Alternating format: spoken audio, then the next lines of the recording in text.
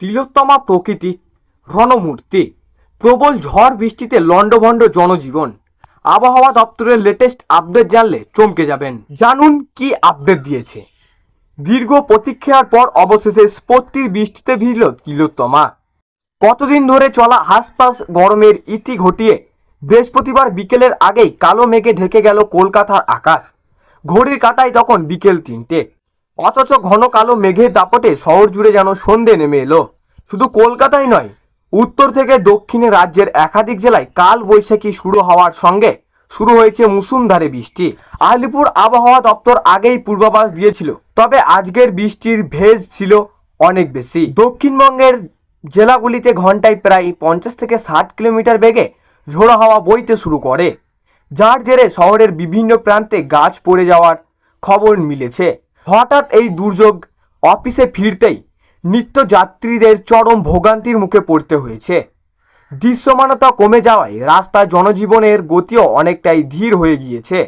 প্রবল এই বৃষ্টির জেরে এক ধাক্কায় কলকাতার তাপমাত্রা প্রায় 5 থেকে 6 ডিগ্রি সেলসিয়াস কমে গিয়েছে। গত কয়েকদিন ধরে তাপমাত্রা 35 থেকে 36 ডিগ্রির আশেপাশেই ঘোরাফেরা করছিল, যা বৃষ্টির পর এক ধাক্কায় অনেকটাই নিচে নেমে এসেছে। ভাবসা গরমের হাত থেকে রেহাই পেলে সাধারণ মানুষের মুখে এখনও স্ফূর্তির হাসি। হাওয়া অফিসের পূর্বাভাস।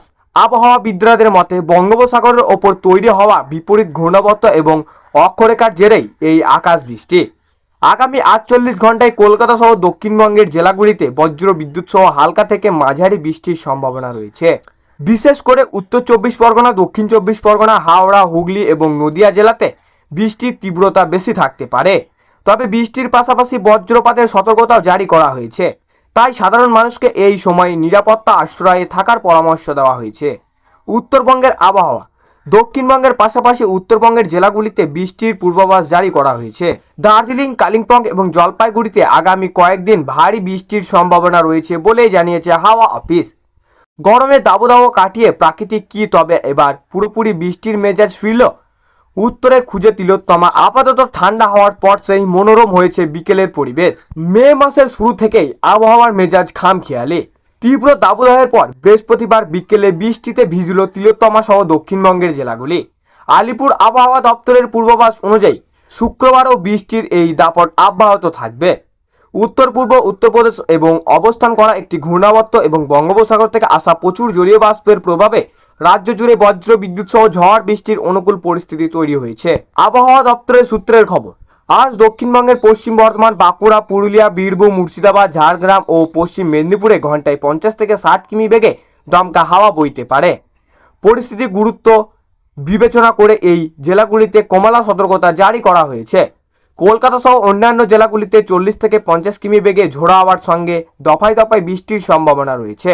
আগামী 10ই মে পর্যন্ত বাড়তে পারে এই দাপটের বজায় থাকলেও 11 ও 12ই মে থেকে বৃষ্টির পরিমাণ কিছুটা কমতে পারে। দক্ষিণবঙ্গের পাশাপাশি উত্তরবঙ্গের ভারী বৃষ্টির দাপটের সম্ভাবনা রয়েছে। আজ দার্জিলিং, জলপাইগুড়ি, কালিম্পং ও আলিপুরদুয়ারে ভারী বৃষ্টির সম্ভাবনা। টানা বৃষ্টি ও ঝড়ের প্রভাবে তাপমাত্রার পারদ স্বাভাবিকের নিচে থাকলেও বজ্রপাতের ঝুঁকি বৃদ্ধি পেয়েছে। আবহাওয়া দপ্তর থেকে জানানো হয়েছে, সাধারণ মানুষকে বজ্রপাতের সময় ফাঁকা মাঠ বা গাছের তলায় না থেকে নিরাপদ আশ্রয় বা পাকা বাড়িতে থাকার পরামর্শ দেওয়া হয়েছে। এই খামখেয়ালি আবহাওয়ার প্রভাবে জনজীবনের সাময়িক স্ফূর্তি এলেও নিচু জমিতে ফসল ও যাতায়াত স্ফূর্তির বিঘ্ন ঘটার সম্ভাবনা রয়েছে। তো এই ছিল আজকের আবহাওয়া খবর। ভালো লাগলে লাইক করবেন, অবশ্যই চ্যানেলটিকে সাবস্ক্রাইবও করবেন।